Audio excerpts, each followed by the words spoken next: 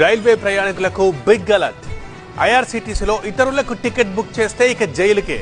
ఇంతకీ train ticket booking కొత్త rules ఏంటి?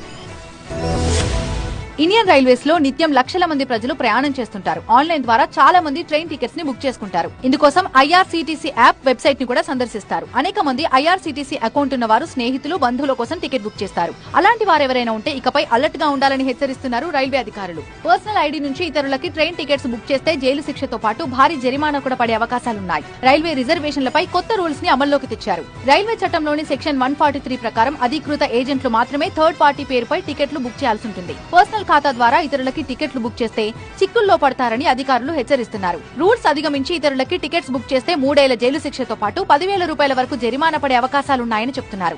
ఐఆర్సీటీసీలో వ్యక్తిగత ఖాతాలుంటే వారి రక్త సంబంధీకులు, ఒకే ఇంటి పేరుతో ఉన్న వారికి మాత్రమే టికెట్లు బుక్ చేసుకునే అవకాశం ఉంది. స్నేహితులు ఇతరులకి ట్రైన్ బుక్ చేస్తే చట్టపరంగా శిక్ష తప్పదు.